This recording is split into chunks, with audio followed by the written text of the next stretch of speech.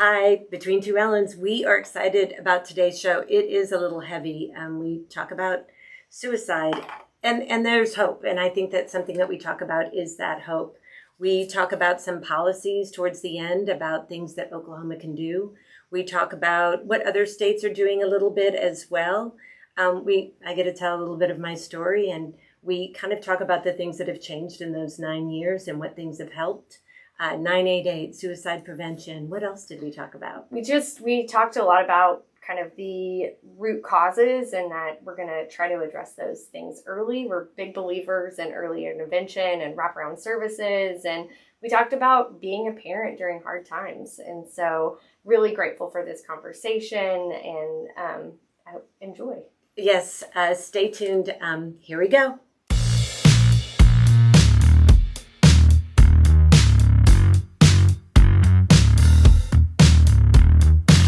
Welcome to Between Two Ellens. I am Ellen Pogamiller.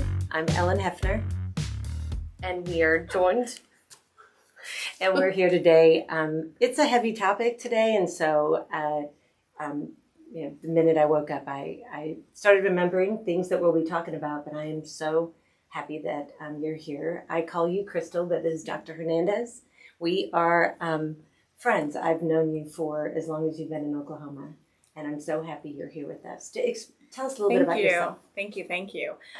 So you can call me Crystal, and I am a psychologist, forensic psychologist by trade and training. However, I've been operating as a mental health administrator and an expert in not only mental health, but justice impacted mental health and disabilities for probably about 15 years, if not longer at this point.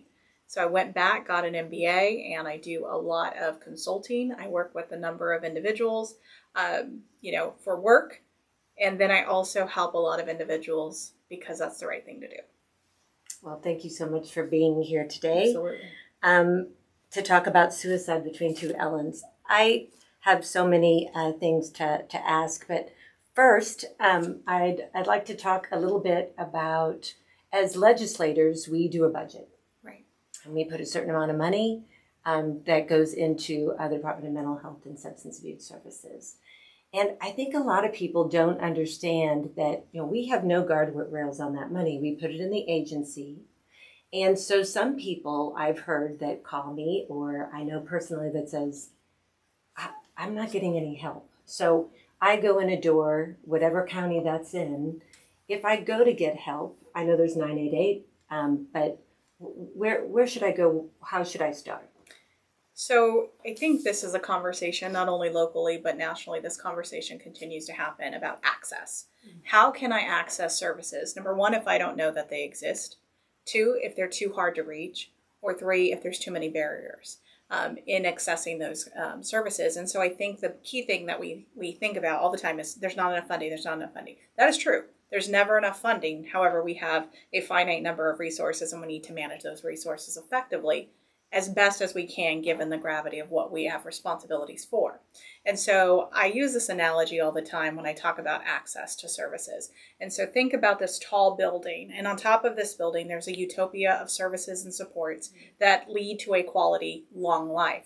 So housing security, healthcare, mental health services, education, vocation, employment, safety, all the things that you need to be well and to have a thriving life. And on top of that building, so think about that really tall building, all this stuff up there.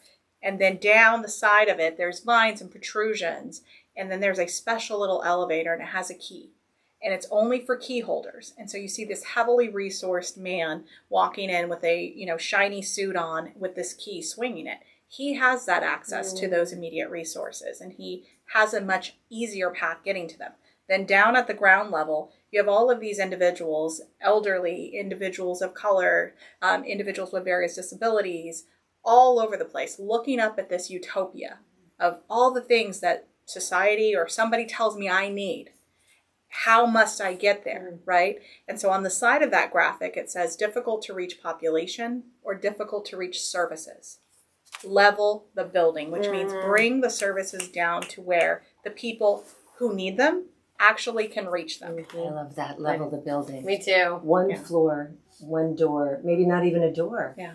I love how you explained access, because we hear that a lot. And I say, and I didn't have to with you, define it. But defining it in a little bit deeper it could be transportation too. Right. So we have to remember all those doors and the access that gets there, application, Absolutely. transportation, and all those things. But mostly when you get in that door, you still can't get the help that Right. you need. Right. And so that leads to the next step of how to navigate in a system. And a lot of times, we have great systems and we have some not so great systems, right? That's true with anything and everything. And so you have to say, how can we build systems that have some semblance of user friendliness? Meaning that the individual and their care support system, families, whatever that looks like, actually feel comfortable there, feel welcome there, understand how to use it. We get bogged down a lot of times in all the legal layers, all the jargon, all of these mandates that are put upon the system. And then we forget the individuals. So I'll just use a crisis example. Again, I'm a visual person, so I always go back to visuals and explaining those to people. So there's a red crisis admission form. And so it's like basic forms once you go into an emergency crisis. Some places use them, some don't, but it's an older image and it's a red, that bleed through kind of red that we used when we were in elementary school. And it's a crisis intake. And on the back, someone flipped it over and they said, why should I have to get to this level before you see me and hear me? Wow.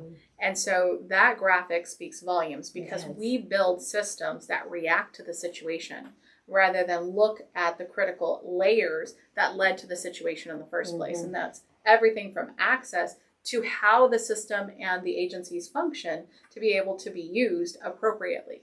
We like to say it's always a funding thing. It is somewhat of a funding thing, but it's also how you use those resources effectively and appropriately. We should be looking at how we can build systems that are accessible, but that are user-friendly and that have meaning instead of constantly doing the same thing and then going, why are we not getting a different result? Just to follow up on that question, do you have like an example of a place that does do that well? I think there's quite a few places that have done some great things. I think every place you will, no matter who it is you ask, they'll say, oh, well, we could do this better. We could do that better. I think some of the community providers do a great job. No matter if that's substance use treatment or if that's mental health, a lot of them do great work, whether that's crisis response, whether that is outpatient services or advocacy. You have a lot of pockets of great people doing great things. The problem is that we have a disconnect. We have a disconnect between layers, we have a disconnect between locations, and we have a disconnect in availability. So if you, let's say, for example, you're a child and you are in crisis, and let's say you also have a dual diagnosis of autism, for example, that door to get in is incredibly hard to find. And so in disabilities, we often refer to that as the golden door because it always moves and you have to know someone to find it. That's wrong. That's the thing about the disability world or things like that, is that you have to know someone. And even being in, family-centered care is what, as having a child with a disability, family-centered care is your excellent at your job. But you're going to need me because I know everything about the kid that you're going to talk to. So family-centered care is that leaning in. So going into where our family went, I was always expecting that mental health was going to be like that.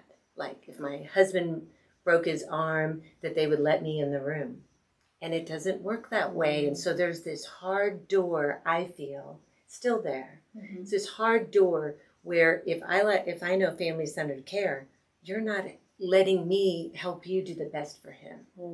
And so can you maybe talk a little bit about that? Maybe not that is the ultimate or whatever, but do you think that we need more of that? I think that we need to be a little less rigid. And so I was talking to somebody today about this very topic of, let's say, HIPAA, for example, or CFR 42 Part 2, or whatever it is. There's these layers of legal protection for individuals going into services, whether mental health or substance use or both. They were intended to protect the person, not prevent the coordination of care. And so we have to really think critically about the rigidity that we're applying to it out of maybe fear, out of not knowing, or out of policy or something that's been pushed down to people delivering the services. And so we have to really think about how can we still protect the person's rights, but also really focus on the best interest of the person. Mm-hmm. And so, when I've run a number of facilities, inpatient, outpatient, and all the above. And so a lot of times I'll tell staff that similar thing. It's not always we hide behind this thing to try to prevent without understanding why. And so if somebody has a support system, they're going to go back to that support system, or that support system might need some support themselves. Mm-hmm. And what a beautiful thing when you can serve the entire system rather than just one part of the system, mm-hmm. and then expect it to change. It's not appropriate. Yes. So we do want to talk about suicide. Mm-hmm. Last month was Suicide Prevention Month. Correct. Give us a little understanding about Oklahoma, and not comparing to other states, but I just want to know where we are, especially with ages. And I don't think people know which groups are really affected by this. So I will tell you, Healthy Minds just did a report back in May of this year, and it really looked at a lot of that data about ages and patterns and trends. And so we know overwhelmingly, again, no matter what data you look at, because every data set is slightly different, we know that there is a high rate of suicide here in Oklahoma compared nationally and to many other states. We also know that we're seeing a lot of youth that are engaging in self-injurious behaviors and contemplation and attempts. We know that we're seeing some pockets of people, for example, Native Americans, we're seeing Black males, we're seeing all of these pockets of individuals. But I will tell you, just like I say this no matter where I talk, it's only what is captured, not what is not known. Mm-hmm. And so how many times is someone's death ruled something completely different, mm-hmm. or someone's attempt ruled something completely different? For example, overdose, mm-hmm. Accidental or intentional, or this mm-hmm. or that. We lose sight a lot of times of true data because of those reasons of how someone's clicking it into a system, how someone's writing it down on a piece of paper. And so we need to just be mindful of that as well. But overwhelmingly, we know that we have to address suicide. You did mention Suicide Prevention Month last month. And I will tell you, just like with anything else conversation we had, I said, I'm glad we're talking about it in October, because guess what? It should continue mm-hmm. beyond just the month. It's every day, everything. We all have a role to play in suicide prevention. This month is anti-bullying and bullying prevention month. What do we know about youth? Youth that experience bullying have higher rates of suicide. People with autism have higher rates of suicide. There's so many pockets of people that have kind of fallen away, either by force or design, away from pockets of community or families and trauma exposure and lots of things that are going on. And unfortunately, we don't invest. Like, we're not a system. Like I just said earlier, like, we react. Mm-hmm. And so think about it as the person drowning. I'm sure you guys have heard this. We throw the lifeboat in, right? Oh, someone's in the water struggling. Let's throw the lifeboat in. But a lot of people and a lot of systems don't do the critical work to walk up to the top and say, why do they keep either falling mm-hmm. in or diving in? Mm-hmm. And so we have to be vulnerable as systems. We need to say, you know what, something still is amiss here. We might have some glimmers of hope and some glimmers of greatness, but we have a lot of work to do. And why can't we say, you know what, we've been doing X, Y, and Z, and it's just not producing the outcomes that we need. Mm-hmm. Or we're doing all this and we're throwing all these resources, but no one's measuring it. If we would take, and I think this with all the policies that we do, and when we write policy or when we spend money or give money to agencies, if we are not looking at the program to serve the most disenfranchised, mm-hmm. we are missing so many. Mm-hmm. Because the most disenfranchised maybe not have how they want you to fill out an application on a phone. And so those kind of things, or where do I go? And so I think that suicide prevention for me is, I feel very guilty about suicide prevention. And I called, because that's what we're offering our students, correct? We have these suicide prevention programs. And I called, I called my son, Harry. He said I could tell his story about it. But I told him, I go, why do I feel so guilty about suicide prevention? You knew what all the work that we were doing. I understood how to get access because I had a child with a disability. So I knew all the loopholes to get. I was just not getting anything back, and I feel so guilty. And he said, Mom, that day that Dad completed his suicide, we had suicide prevention at school. And what he told me was, he said that was 9 years ago on that day. And he said that he never thought, as he was listening to it, with everything that was going on in his home, that he never thought that someone close to him could do that. So whatever we're not saying, it's almost still how we still think, oh, my father's not going to do that. My mom, my child's going to get through it. Right.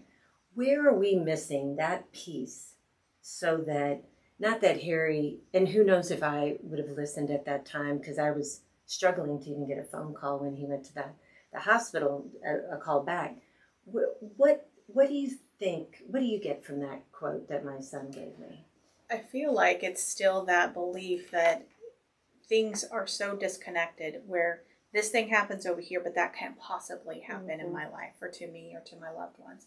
And I think we carry that not just with this, but with lots of things in life. And I think the disconnect, for me, and it's, I talk to my kids about these types of things as well. We have a lot of suicide prevention efforts, and thank goodness we do. However, there's still multiple layers of things that are missing because they're not making them real.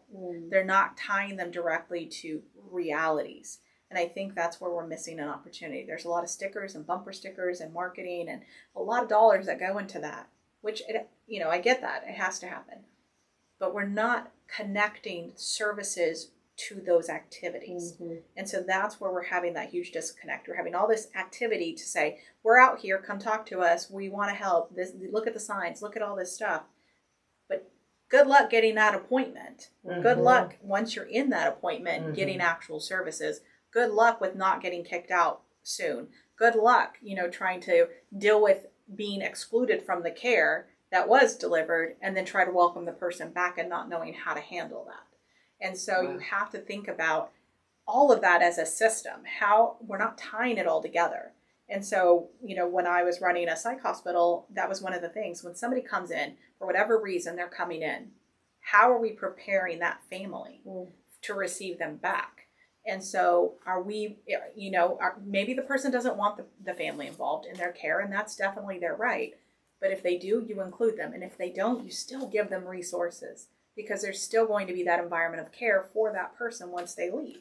And so think about simple things like creating a brochure that kind of explains, this is what to expect. This is how to navigate it once they come home. These are things to look out for. These are ways that we can get you your supports and services.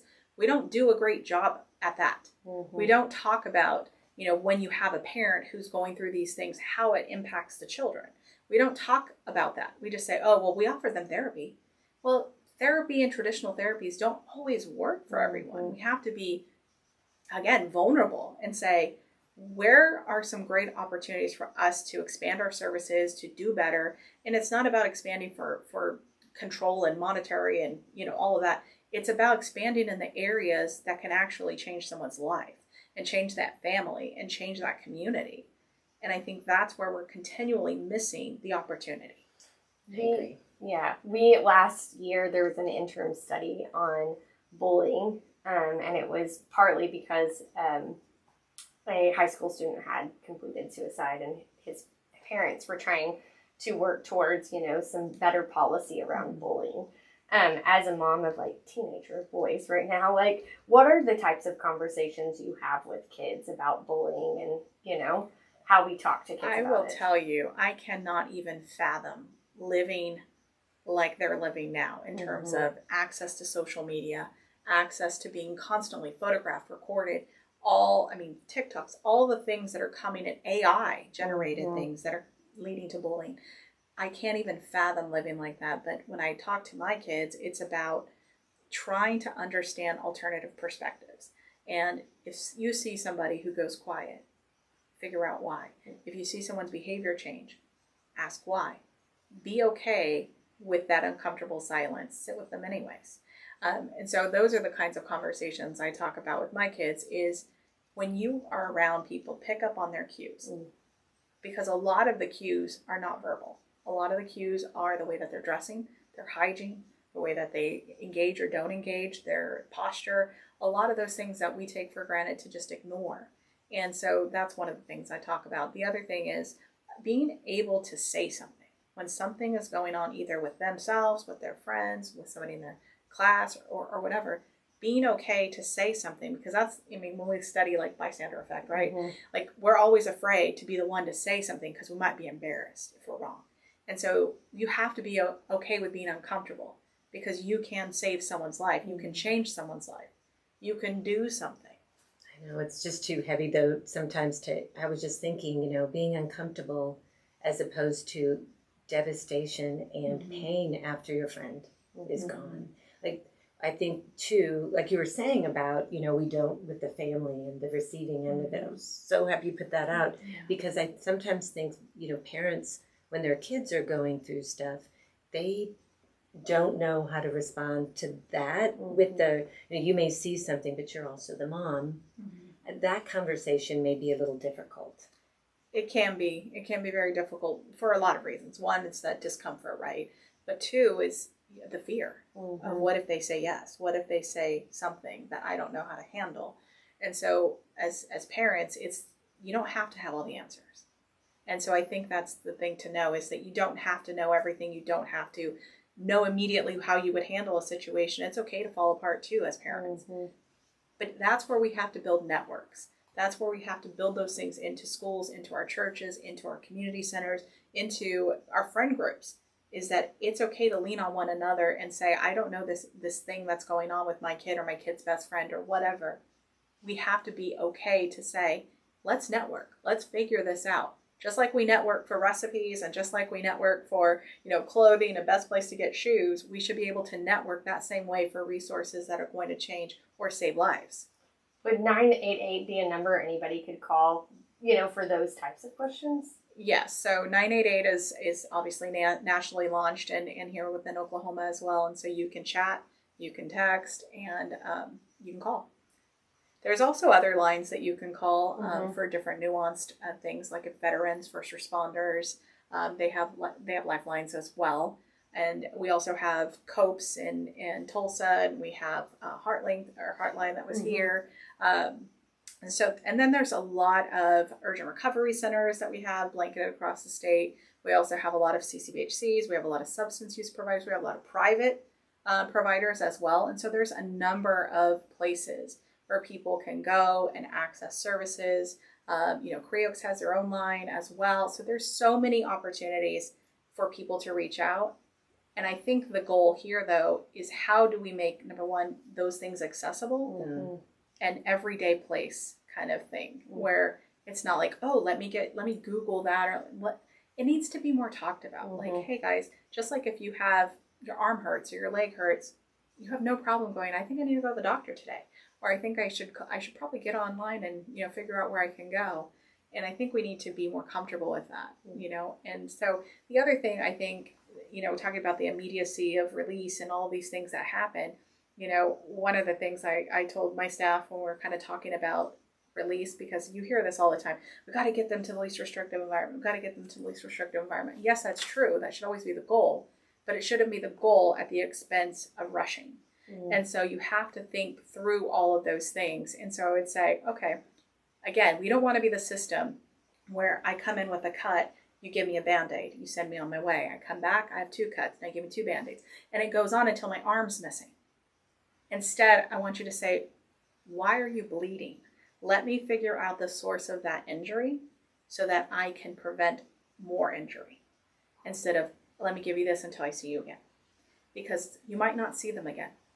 Or when you see them again, every time it's going to be worse. There's going to be more to unravel. There's going to be more trauma exposure. There's going to be more disruption in their life. And we want to prevent that. We want to connect them with things that are meaningful. We want to replace things that are harmful.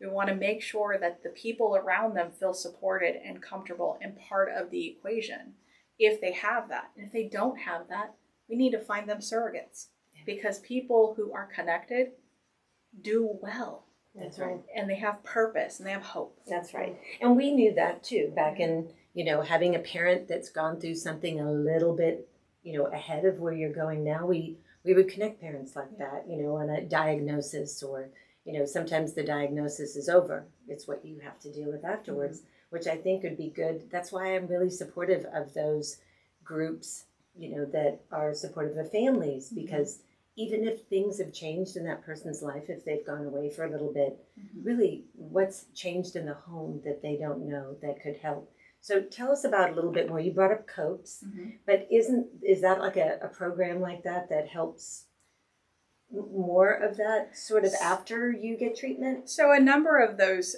community providers, for example, so there's the front end and there's the back end, right? So you want the people operating at the front end to prevent people from having to go through the system if possible. And if they do go through the system for treatment of various types, you need to make sure you're not just saying, see you later at the door, because that's not how transition should work.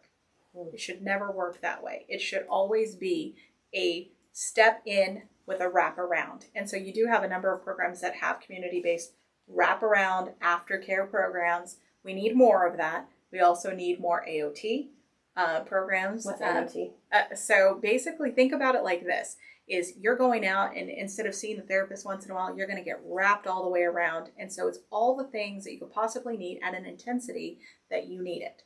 And so we need more of that. We need more of the PACT teams. Again, similar concept. We need FACT teams, which are forensic based, because we have a number of individuals who end up in justice kind of situations.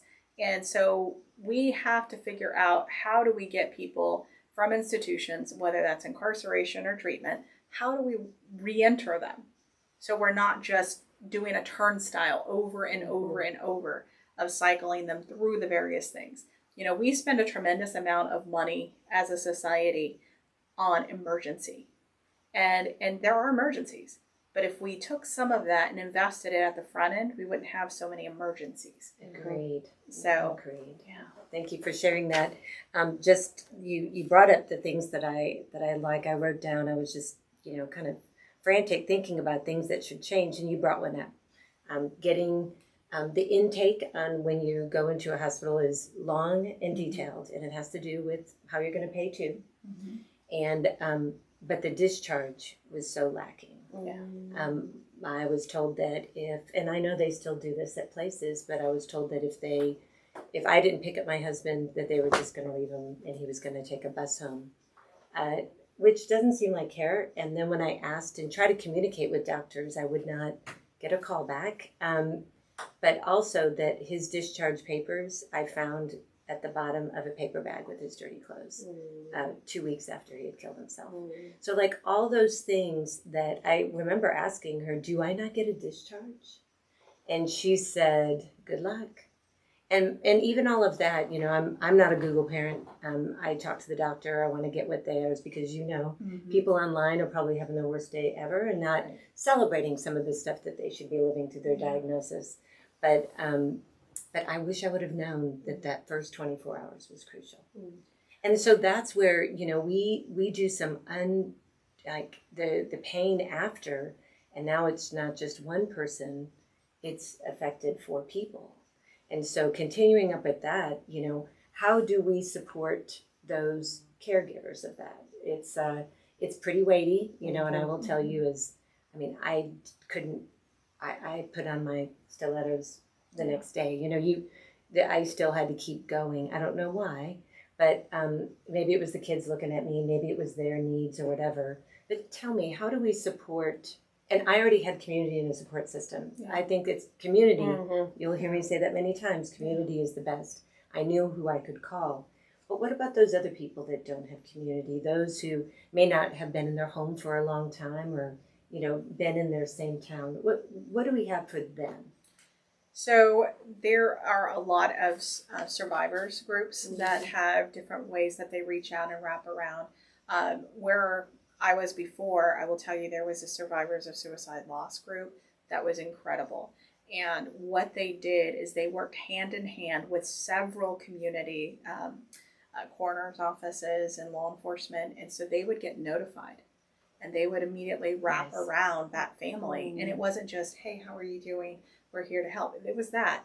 But it was even, let's just sit in silence. Whatever it was that made that person or that family feel comfortable. But it was also all of the gaps and all of the resources that the family yet doesn't know that they need yet, And so I think we need more of that. We need to incentivize better discharges. We need to mandate better discharges. Unfortunately, I hate that word, but we have to do it sometimes. We have to also look at how we're training our professionals. You know, I go back to walking in a couple different places where some of the things that were going on, I'm like, this stops today, because that's not how we care for people. One of the things, you know, whether it's whatever service it is, if they're coming in for service, let's say you're getting a call in, a walk in, somebody being brought in, whatever, odds are that's one of the worst days of their life. And they are scared and they are confused, and there's a lot going on.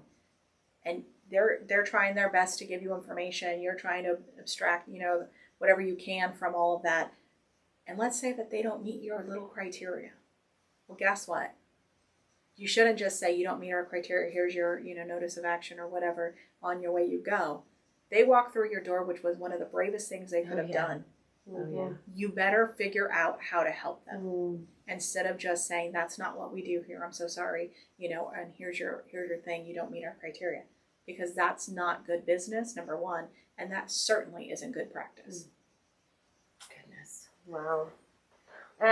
So was there anything else you had wanted us to talk about when you came onto the podcast? I would say, you know, what I hope is that people that are listening, whether you are somebody who is going through this personally, a family going through this personally, or whether you are in a position of power to make decisions that can truly impact a system and people, think about what you're doing, think about how you're saying what you're saying. And it's okay to say, you know what, I was doing it wrong all along. Let me change. That's perfectly okay. Gosh, I would have loved that. Yeah. Like, I don't care that you know, anyone who says, okay, now we're doing, oh my goodness. Because it's so helpful. The pain that came afterwards was even worse than, you know, trying to figure out how to help them, you know. I think that of course, we could always do better. I can do better. We all can do better. Right. But I really think that what you said, several things, access, disconnect, my son saying, I didn't know, you know, even my husband's friends say, I never thought Jimmy would do that. And it's almost like not this disbelief that we didn't know that it could happen, but it was maybe that true belief that we thought that they would understand that we were here for them. And I just thank you so much for being here. We'll put all of those details, all the information, but I do want to say that there's so much help out there that if we can figure out some of these tiny barriers, I think that we really could help more Oklahomans. I think that we're in denial that we don't have a severe problem about how we take care of mentally healthy Oklahomans. And I know there's a lot of people doing it right. We just have to cover Oklahoma, because I think we definitely know that we're missing places. And we need the door to be easy to get to. Easy to get to. I would say, you know, just kind of reiterating everything. There are resources out there. Some are doing incredible work. Some can do better. I think that we need to look at how we are investing in our structures and our systems and our providers. And we need to look at where the opportunities are to do things differently, better, or if something's great, keep doing it and do more of that. Yeah. Well, Crystal, I am systems change. So let's roll up our sleeves. You go in that door and try to figure out every piece that maybe we could figure it out. I know it takes time, but I know that we can do it. And of course, I'm always grateful for all your knowledge. You're so good. Anything else that you want to say before we leave? No, I do. I have a question for you. Oh, that's right. You know, exactly. I can't wait. So this is sort of part of the end that we like to have our guest ask us a question, and hopefully maybe we'll have some people give us questions coming on as well. But what question do you have for the two Ellens? Well, hopefully you guys are fresh up on the pop culture stuff. So the question is, was the dress really gold and white, or was it blue and black? Ooh. I'm going to say gold and white. I don't know the reference, y'all. I thought it was going to be Taylor Swift at There's first. a picture. Okay. And so when you look at it, there was a whole internet debate on whether the dress was gold and white or whether it was blue and black. Oh my gosh. And was it a lighting thing? Oh, I don't know. I did listen to the new Taylor Swift album 3 times, and I'm very excited about it. I listened to it as well this morning. I listened to one song this morning. Oh my gosh, I'm obsessed. So, but I don't know the color. But tell us what you think. Yeah, what do you think? Well, it depends. Okay. It's your perspective, right? Mm-hmm. So that's the way I would say it. Well, Just like anything else we do, it's about perspective. If you can't see their perspective, take a different approach, and maybe you will. I love that. Gosh, I was just going to say I want it to be gold and white, but now that you just said that, it's interesting. Let's turn that, or let's figure it out, and I think we can. I think we can. I think that I'm too hopeful sometimes, but I know that if you are needing help, or your child you think is, don't hesitate. Even if you think they'll be mad at you, either way, that's the smallest thing that you'll have to deal with. You love them; they'll always love you, and they'll be grateful for you to ask. For you asking them. I used to ask my kids, and now we just sort of go, I'm okay. And it's something that we didn't have before. And gosh, too bad that we had to have something really tragic happen before we got to that place that we asked about, are you okay? So I hope that all of you guys out there, Oklahoma and beyond, that we pay attention to those signals. Right. And embarrassment is the least of what you feel. If you are really trying to help and save a life, which you will. You will if you do. Thank you so much for being here, Crystal. So appreciative of you, Dr. Hernandez. And again, Ellen, thank you so much for a great podcast. Thank you for your bravery, Ellen. Thank you. Thank you. Yes. Afterwards, we had some really good conversation that I think we were just a little bit relaxed. I was a little tense, I think. And so you guys missed a lot of things that we talked about. You got me crying especially. But we started talking about policy, which is what Between Two Ellens really wants to talk about is policy. And I apologize if I stopped short of all this good stuff that you wanted to talk about. But please, we talked about 2 things. You brought up 2 things recently. Can you help the Ellens understand what these are and maybe how it could help Oklahoma? So suicide being what it is here in Oklahoma, we talked about that early on in the episode. We need more policy and or activity around psychological autopsy and making sure that we're getting the right people trained and through the room and forming these committees so that we can really delve into all of the things that are going on related to mysterious deaths that could be suicide related, suicide deaths, all of the things. And it's about those lives, but it's more so about setting policy and policy that's actually going to be applicable because you're looking at true cases. You're not looking at theory. You're not looking at textbooks and presentations.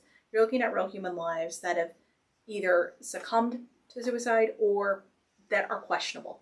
And it helps you figure out let's trace that and trail that backwards. Let's figure out what that path was like, how they got there. Would that be at the county level, or how does that? Some places do it at the county level, some do it regionally, some do it at the state level. And so I think really looking at where can we start it? And this is the thing I always hear when we talk about policy. Oh gosh, that's a big lift, or oh my goodness, where do we start?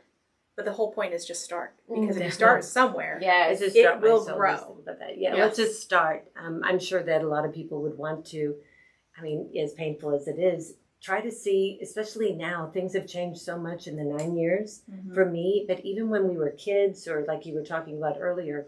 So this would help what's going on right now. Correct. It helps you go and look at how all of these paths and stories, where they intersect, where they differ.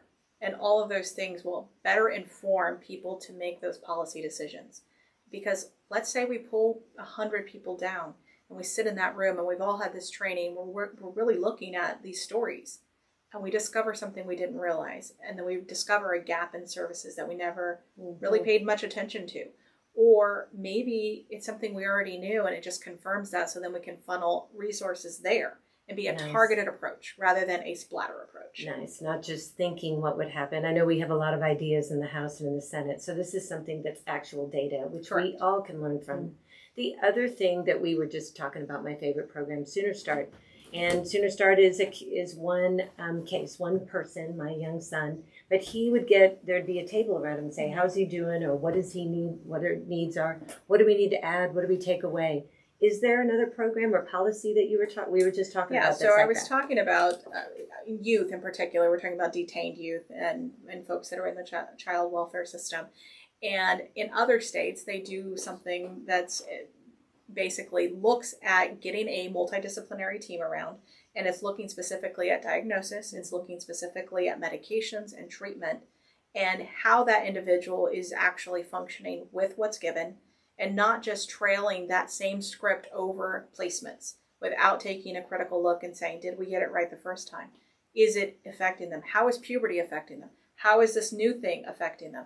And so it's basically looking at how can you appoint these individuals. And so typically the composition of that committee is led by a psychiatrist, has other psychiatrists on there, and it has psychologists, LCSWs, nurses, and they're looking specifically. And so they all sign, paperwork so that everything is protected. And that's what they do, is they sit in there and they critically look at these cases. And so what we have oftentimes is kids that end up in systems that get shuffled. Mm-hmm. And when they get shuffled, sometimes they're forgotten and sometimes they're just continued. And so when we do either one of those things, it's a disservice because we're not looking at what their true needs are that could help them have a better outcome, have a better placement, have a better life, or we're continuing something that really is not helping them at all. Oh gosh, the pre, even if the child seems to be okay, you know as well as I do that sometimes shock is there. Yeah. And so to have that in place just in case or to check up on it, I always like to say until we don't need it, gosh, I wish I had a team around me a little bit, to help me know where those things are going. Thank you so much for explaining that. I think that we have to run a little bit longer afterwards because we both get a little too comfortable and I do appreciate you taking some extra time to talk with us about that. Anything else we should know policy-wise? Ellen, do you have any other questions? No, I think that was...